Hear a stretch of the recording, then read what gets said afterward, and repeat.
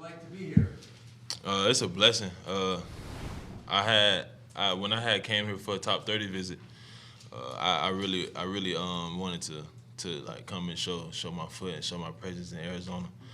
And I told Coach Cliff like this place remind me of my high school. So, cause it's like a lot of brick walls in my high school. We got a lot of brick walls and stuff like that. So, Last guy was here, Cam Thomas was talking about how much he patterns himself after JJ won. Like to be like him. Is there anybody here that you want to like kind of try to be like? Someone else in the NFL, maybe? I'd say other than Von Miller, I'd say who's here, Golden, Marquez Golden. He kind of nice. And I like his game, and yeah, definitely. And I really want to get a chance to rush with him and learn from him. So that was like one of the biggest things that I wanted to do coming into Arizona is just learning and also trying to get a spot on the field also. Has Marcus reached out to you, or have you heard from any of the other guys welcoming you here?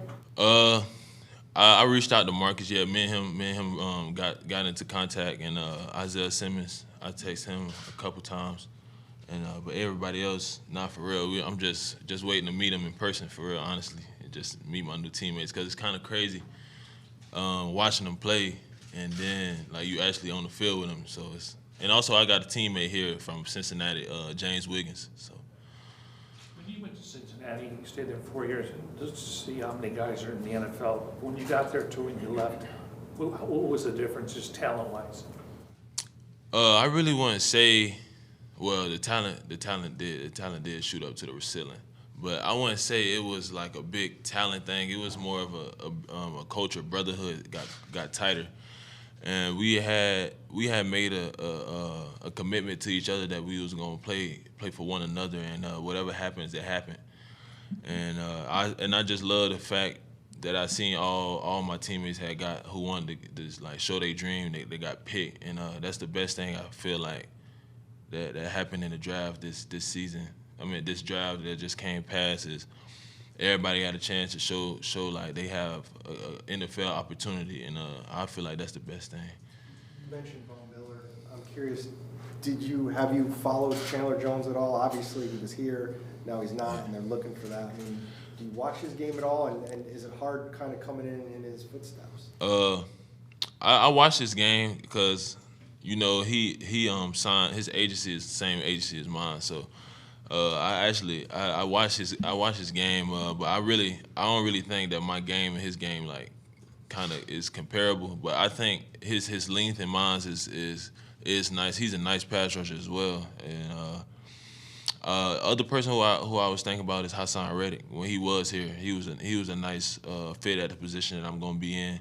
He had 12 sacks that season, and I'm definitely trying to come in and fill in the shoes. What is, you say your Chandler's game isn't quite the same. What is your game? How would you describe your game? I'd say like a motor, non-stop motor. I always don't stop no matter like if the whistle is. I always play to the whistle. I love just being like, I just love like outsmarting the opponent, being on film. Like I always say that the games is won. Like when I was in college, the Saturday game is won through the week. So now I'm saying the Sunday game is won through the week. So the more preparation you have, the better the game comes. I know you didn't have probably the number of sacks you wanted last year, but you had a ton of pressures. What was it? Were you just missing? Are you frustrated at all with how much you were able to pressure the quarterback but not get sacks? How would you kind of describe how you were working? I wouldn't say I was frustrated. I would just say I had a lot on my mind, saying like I wanted to get a lot of sacks this season, but it wasn't about the sacks for me this season. It was about for like my teammates to get the notoriety that I wanted them to get, and the biggest thing was just with like Curtis Brooks on my team and Marcus Brown, he was on my team, just to get them the odds that we was talking about during the season and during the off season.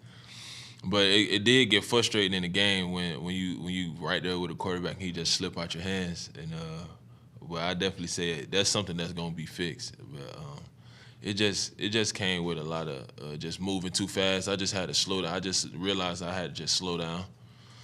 I know that Vance Joseph is a big proponent of not staring so much at the sacks and looking at the pressures. Can you understand that part of it? As long as you're getting pressure on the quarterback, you're doing your job? Oh, yeah.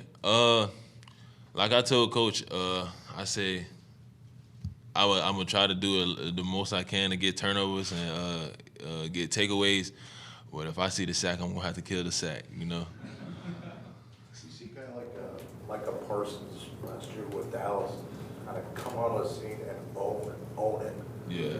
What does that make a guy like you feel you can do, even as a third-round pick? You just, is that what you come in, if you get playing time and you own it, you're gonna own it. Yeah, I'm definitely trying to come in and put my best foot forward, and I'm definitely trying to make a big leap in my career as a rookie. And definitely whenever God bless me for my second year, I'll definitely be more ready. But I'm gonna try to be as ready as I can as a rookie, and play the most as I can, and do the most I can while I get my opportunities and make the best of opportunities that I have. You mentioned forcing turnovers. Are you a guy that can drop back in coverage? Oh yeah, that's one thing that I didn't really do that in college because our defense really wasn't based around that. But I feel like me dropping the coverage is gonna be. I definitely can prove everybody wrong about the dropping the coverage in the athleticism part, because I know that my game I can do that in my game, and now I can show it, and then I feel like it's gonna be. I think I'm gonna like it. I definitely think I'm gonna like it because I played 7-on-7 in high school, so. You're 6'5", 248. Yes, sir. You like that weight? Yeah, I love it. I actually, it just made me feel good. When I was at the combine, it sucked when I was at the combine because I had got sick and with the stomach virus, and that really had put a little. It had weighed me down a little bit, but I feel way better. And like probably like 4 or 5 days after the combine, I got all my weight back. I was back at like 247. So. Yeah, I met him. We was talking on the bus on the ride here, so and we was texting and stuff.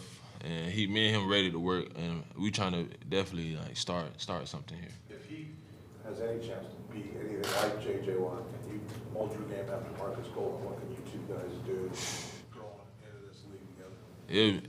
I don't know lie. I told him it'll be a real nasty combination because two young guys like that, and I watched his game too. I looked at some of his film, but two young guys like as we are coming in and showing the motor that we have, it's gonna be very hard to stop us in the next couple years. I could definitely tell you that. Arizona Republic, man, welcome to town. Cincinnati, right, and then we got Colorado State, San Diego State. Like, you guys aren't these big Power 5 schools.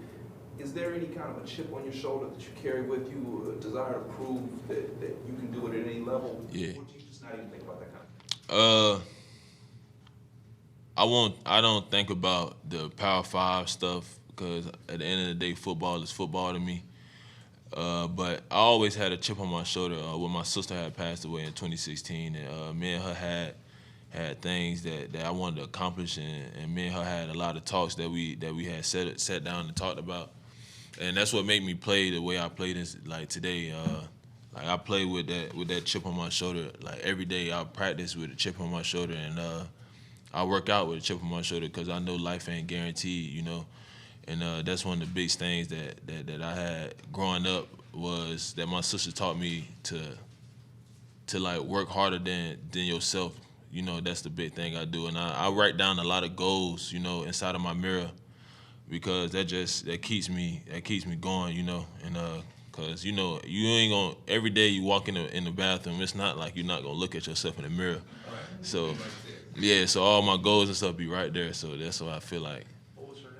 Her name was Armelita.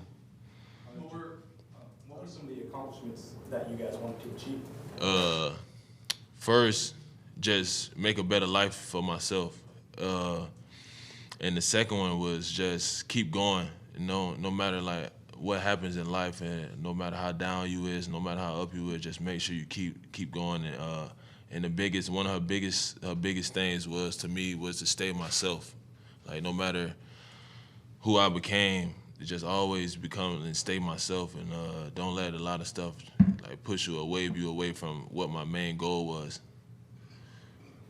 How did you lose your sister? Due to a car accident. Drunk man had ran the red light and hit her off her motorcycle. So How close were you guys growing up? Like, was she, you know, some sisters, man, they wake you up in the morning, they cook dinner. Yeah. Some sisters are chasing you around, tattling on everything you do. Like, what was your relationship? me and my sister was close. We was tight. We was real tight. And my sister, she actually, the funny thing is, she taught me how to play all the sports I know how to play. So she taught me. I wouldn't say that, but she definitely she played girls flag football, so she was a receiver. So you know, she definitely taught me how to play football, basketball, baseball when I was playing baseball until like we was in the yard one day, and then the sun was in the light of the ball, and it hit me on my forehead, and I never want to play baseball again. And but other than that, yeah, she taught me a lot of stuff in life, and I just always want to thank her for that. And that's How much older was she than you? she passed when she was 20. She is 6 years older than me. So Have you heard about the 110 degrees here in the summer? yeah, I heard about it. In Jacksonville, the highest it got when I was there, it was maybe like 104. So it really, I'm used to the heat. I love the heat because when I was in Cincinnati, it was like 90 or like 84 degrees. They was like saying, "Oh my gosh, it's so hot," but I used to walk around with a jacket on, and you know, it don't bother me, you know. So that's why I just love that God sat me in Arizona, because that's what I prayed for, and I'm glad he listened and carried me with all my prayers.